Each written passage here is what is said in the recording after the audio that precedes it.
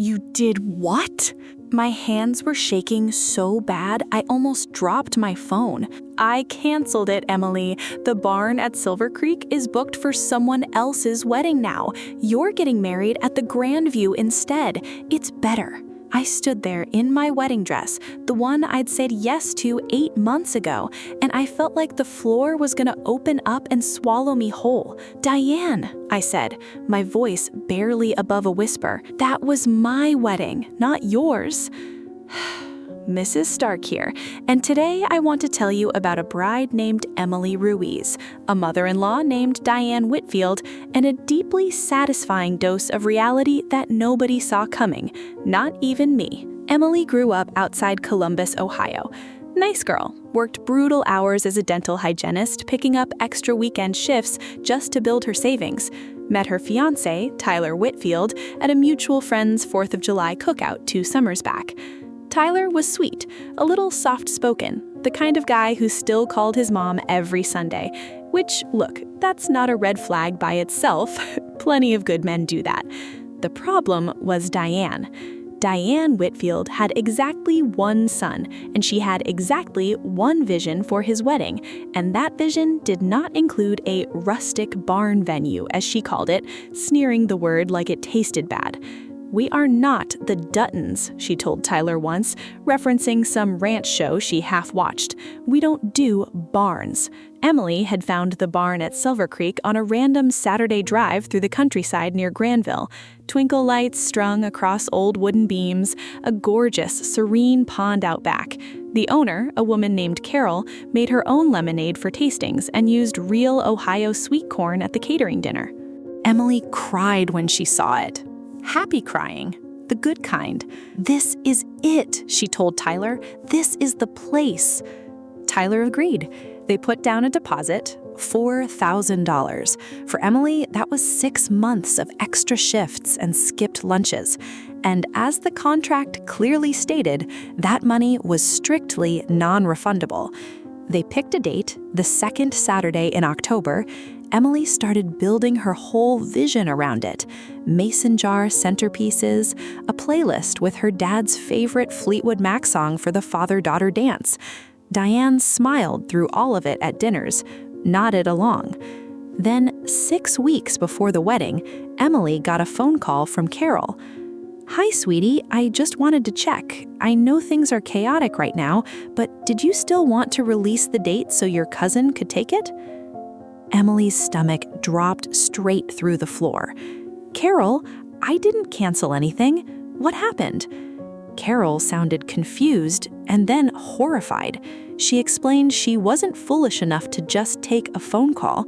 Someone claiming to be Tyler's mother had called to say Emily was in the hospital and the wedding was off. Carol, following strict protocol, told the caller she needed written confirmation from the couple's email on file. 10 minutes later, Carol received an email from Tyler's exact Gmail account. It read, "It's true. Please cancel the date. Keep the deposit. We understand." Except Tyler hadn't sent it. Tyler had left his old iPad at his parents' house months ago. It was still logged in. Diane had gone into her own son's email, intercepted Carol's message, and impersonated Tyler to nuke the venue contract.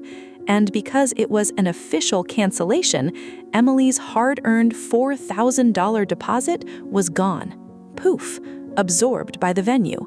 She didn't ask Emily, she didn't ask Tyler, she just did it. That's the call you heard at the top. Emily standing in her dress at a fitting, phone pressed to her ear, hearing her mother-in-law explain, almost proudly, what she'd done. "I already put down a $10,000 deposit for Grandview," Diane said. "It's a beautiful chandeliered ballroom in Dublin. I got married there. It's done, sweetheart. You'll thank me later." "Diane, you hacked into Tyler's email. You impersonated him." "Oh, don't be so dramatic. The iPad was right there on the kitchen counter. Someone had to make a decision. Tyler's father and I know important people who'll be at this wedding. We can't have them sitting on hay bales." "Hay bales," There were no hay bales. There were reclaimed wood tables and string lights, and a very nice caterer named Marcus who did a smoked brisket station. Emily called Tyler in tears. Tyler, to his absolute credit, was furious. He changed all his passwords immediately and drove straight to Emily's house. "Mom, you committed fraud," Tyler told Diane on speakerphone that night, pacing Emily's kitchen. "You just erased $4,000 of Emily's money like it was nothing." "I'll pay her back the $4,000, Diane snapped defensively. "Money isn't the issue here. I already paid Grandview." "The issue is you crossed a massive line," Emily said, her voice shaking with rage. "You lied. You took my wedding away." Diane went quiet for a second. Then, in that tone people use when they know they're entirely in the wrong but refuse to apologize, "I was trying to help. This family has a certain way of doing things, Emily. I just wanted your wedding to reflect that." Translation: "I wanted your wedding to look like mine, and I don't care what it cost you." Tyler tried to smooth it over that week. He called the Grandview himself, explained his mother's stunt, and asked if they could cancel and get a refund on Diane's deposit. The Grandview said absolutely not. Diane had signed an ironclad, non-refundable contract for $10,000, which meant now there was no money, no barn, and a wedding 6 weeks away with nowhere solid to stand. Emily didn't sleep for 3 nights straight. Here's the part Diane severely underestimated. Emily's father, Robert, had passed away when Emily was in college. Her mother remarried a few years later, a quiet, fiercely protective man named Frank Delgado. Frank wasn't some secret billionaire or a dramatic movie character. He was a blue-collar property manager who had spent 30 years reading commercial leases, dealing with shady contractors, and understanding business law. Frank found out about the whole mess the same way most stepdads find out about drama. His wife told him while they were doing dishes. "She did what to Emily?" Frank said, drying a plate slower and slower until he just set it down. He didn't yell, he didn't throw anything. He just dried his hands, walked over to the kitchen table, and put on his reading glasses. "Emily," he called out to the living room, "bring me the venue contracts and print out that email Diane sent from Tyler's iPad." Frank sat there for an hour, dragging a yellow highlighter across the paperwork. When he finished, he took off his glasses. He didn't own the Grandview. He didn't have magical connections to cancel their contract. But Frank knew something much more powerful. He knew exactly how much legal trouble Diane was in. "She committed digital forgery," Frank told Emily, tapping the printed email. "She impersonated Tyler to void a signed financial contract, which resulted in a $4,000 loss. That is textbook tortious interference, and depending on the county prosecutor, it borders on wire fraud." Emily stared at him. "So what does that mean?" "It means," Frank said, picking up his cell phone, "Diane is about to have a very bad day." Frank drove out to Diane's pristine suburban house the very next morning. He didn't wait for an invitation. He knocked on the door, introduced himself properly for the first time, and handed Diane a thick manila folder. "I didn't come here to argue, Diane," Frank told her, standing on her front porch. "I came here to explain your legal exposure." Diane tried to scoff, crossing her arms. "I don't know what you're talking about." Frank opened the folder. "I used a device that didn't belong to you to impersonate a signer on a contract. You caused a $4,000 financial damage to my stepdaughter. I spent the morning on the phone with my lawyer. You have 2 choices, Diane, and we need your answer in the next 60 seconds. Diane, apparently, went very quiet. "Option 1, Frank said, I march down to the Licking County Police Precinct and file a police report for identity theft and fraud, and we take you to small claims court for Emily's deposit. That will get ugly, and your country club friends will definitely hear about it." Diane swallowed hard, her face draining of color. "And option 2? Option 2, Frank continued, his voice cold as ice, you pick up your phone right now. You call Carol at the barn at Silver Creek, you beg her for the date back, and you pay Carol a new $4,000 deposit out of your own pocket to secure it.